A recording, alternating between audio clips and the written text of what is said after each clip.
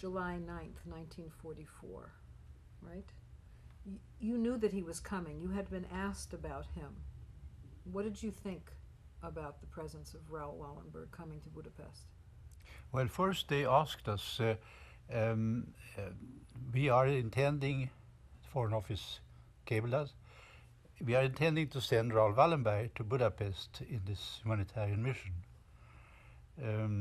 We didn't know the background then about the negotiations in Stockholm between the American Embassy and the Jewish World Congress on one hand and the Foreign Office.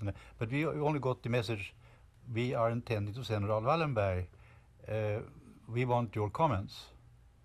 And I said to the ambassador, of course, this couldn't be better because I know him and I know he's the right man.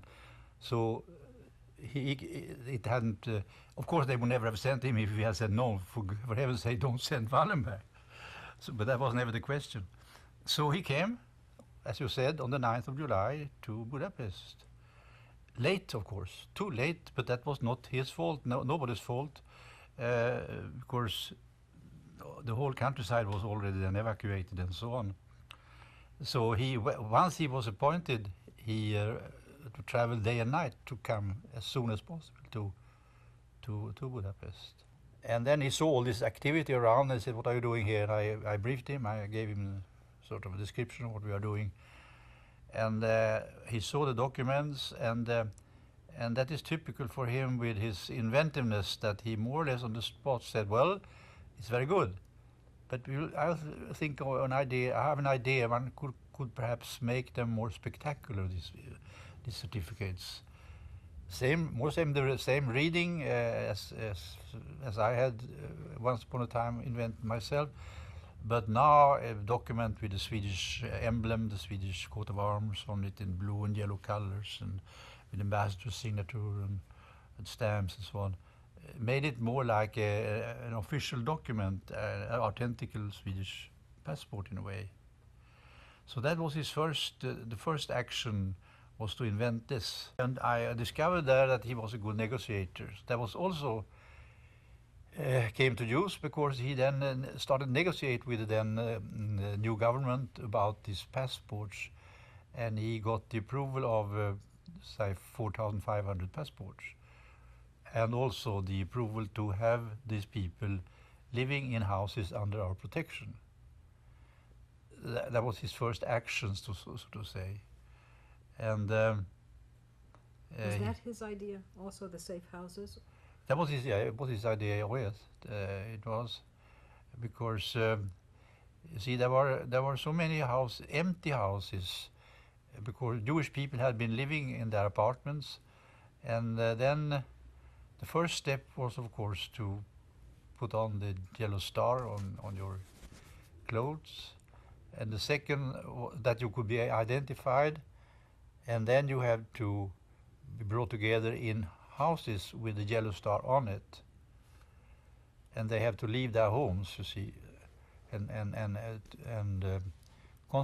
being concentrated in special houses, and the next step after that was, of course, to be brought to the general ghetto in the city, and from there on, then to Auschwitz. That was the sort of procedure, in a way. They had the informations from. I am sure that Raoul Wallenberg had that. There weren't so many of those railway stations. There were one or two only. I think I'm convinced that I know that he had some people there who observed the situation and reported immediately to him. So that wasn't that Budapest isn't that a big city, so they could bicycling back to him or whatever, and it wasn't complicated. No. Were things like this done once a day, more than when he would go out? I mean, what kind of situation are we talking about when we talk about not simply saving people by giving them the passes, which are obviously very significant, but also going out and doing something, which was what was unusual when you and he went out, or he went out? Mm-hmm. Well, it was certainly a combination of all this, that first we had the protective passports. The people lodged in our houses. That's one thing.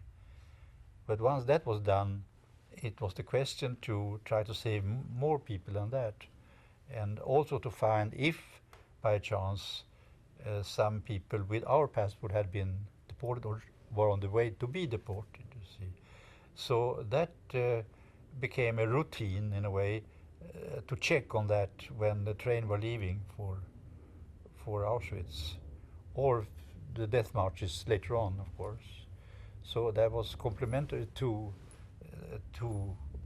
this first more or less organized sanction by the government and all that. That was one thing. The other thing was to try to ad hoc to help people who were on the way to be deported. And then comes, of course, the big rescue operation, which Raoul Wallenberg didn't perform himself, but indirectly through his presence. You see, it's also interesting with Raoul Wallenberg that, which is very well described by Levi in the first book, which appeared just after the war. He says something like that. Raoul Wallenberg became the observing eye, so to say, which the conscience. He became kind of a something which the Nazis feared, in a way, that his mere presence stopped them from going still further, in a way, sometimes. And an example of that is, of course, that when one of his collaborators, I don't think that Raoul Wallenberg was present himself, heard that the Hungarian Nazis were going to blow up the whole, so to say, international ghetto, that's our houses, in the air, in their desperation, because they couldn't deport any people any longer, because the city were just being encircled by the Russians.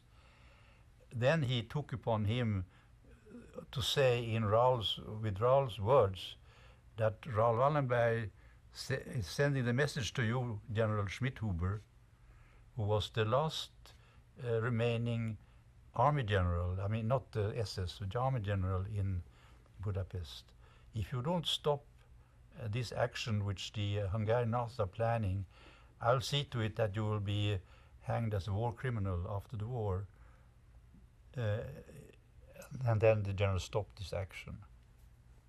70,000 people in the ghetto.